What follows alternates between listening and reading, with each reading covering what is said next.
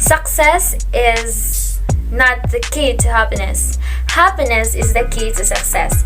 If you love what you are doing, you will be successful.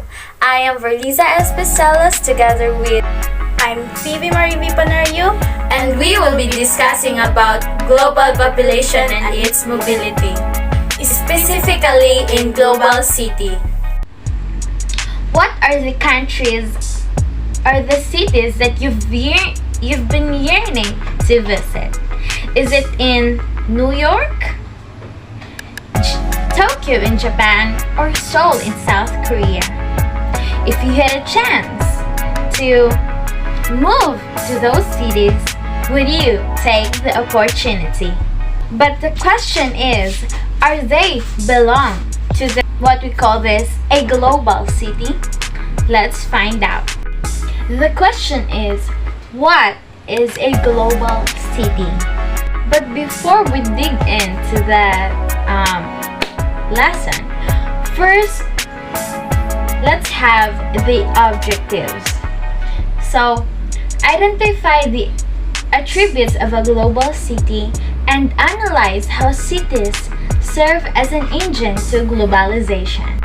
So, what is a global city? It is a city that serves as a primary mode in the global economic network. The concept originates from geography and urban studies based on the thesis that globalization has created a hierarchy of strategic geographic location with varying degrees of influence over finance, trade, and culture worldwide. So, a global city is a city wherein it has an influence around the globe. Saskia Sassen. She popularized the term global city in 1990s. She studied what are the characteristics of a global city and such. And her main criteria for a city to be called a global city is primary economic. She mentioned in her book Global City, she particularly mentions that the New York, Singapore, and Japan for how well developed they are in terms of economic power. But in 2017, Japanese Move Foundation also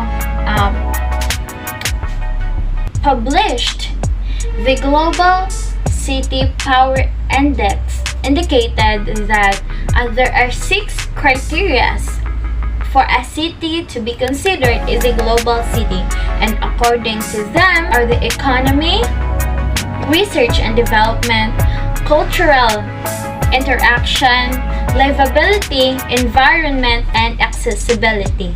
New York, London, Paris, Tokyo, and Singapore are the top global cities that are cited in their book. Primarily, a city can be considered a global city because of its economic power, but due to the recent studies, the experts expanded the criteria of a global city. So let's find out what are those criteria that has been expanded. So first is home to major stock and indexes. So this means if that particular city has economic power, or the economy is very dominant, well developed, or progressive, that could be considered as a global city. In places wherein it has a dominant economic power, it is also the site of economic opportunity, because the wealthier the place is, the greater the opportunity, and that attracts developing countries to, or the talents or workers to work in that place, for it has a great opportunity. Second is influential in international political affairs.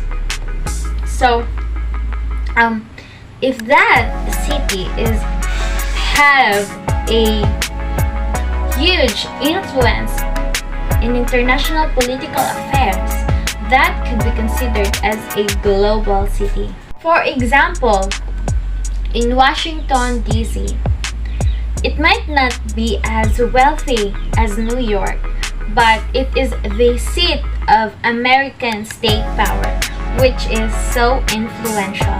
Third is home to world-renowned cultural institution. For example, in Cambridge, Massachusetts, in USA, where Harvard University is located. So a lot of people will visit in that place because it is known to have the amazing university, which is the Harvard University. So, and it is also the home of the world-renowned cultural institution. So Cambridge is also considered as a global city. Fourth, service of major media hub. So for example, Seoul in South Korea, wherein K-pop and K-dramas are very dominant, not just in South Korea but all over the world. It influences the globe. So Seoul is also example of a global city for its media hub or for its entertainment industry. Fifth is large mass transit networks. So these are the cities that are also considered as a global city if it has a large mass of transportation or large mass transit network. Next is home to large international airport. So if that city has a large international, or it is the home of the largest international airport, that could also be considered as a global city. And the last on the list is having a prominent skyline. So that means if you go around the city, if you have already traveled in cities, you will notice a lot of skyscrapers. Skyscrapers are those buildings that are so tall and gleaming. So if that city having a prominent skyline, that could also be considered as a global city. So a city is considered also a global city not because of its economic power, but through its political, social, and cultural influence all over the world. So I'm gonna give the time to my partner as she discusses the continuation of our topic. Why global cities are important in globalization? Cities have historically been drivers of growth and development. They act as connectors in global networks, providing pathways that facilitate global flows. Without global cities, there ain't no globalization, because global cities serve as connectors in global network, which lead to an interconnection of the world and make it progressive and successful. Challenges of global cities. Global cities also have their undersides. They can be sites of great inequality and poverty, as well as tremendous violence. And global cities create winners and losers. The major terror attacks of recent years have also targeted cities, especially those with global influence are obvious targets of terrorists.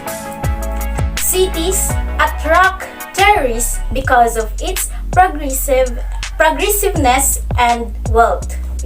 Global city and the poor. massive inequality was very pronounced in cities. Some large cities, particularly those in Scandinavia, have found ways to mitigate inequality through state-led social redistribution programs. Yet, numerous cities, particularly those in developing countries, are sites of contradiction. Example, Manila, the capital of the Philippines, is also a developing one. We can clearly see that in Manila is a huge inequality. If you look everywhere, you observe a lot of beggars. As what you can see in the picture, you can see a tall and gleaming building, but alongside with it, you can see a shanty town. Gentrification, a phenomenon of driving out the poor in favor of newer and wealthier residents.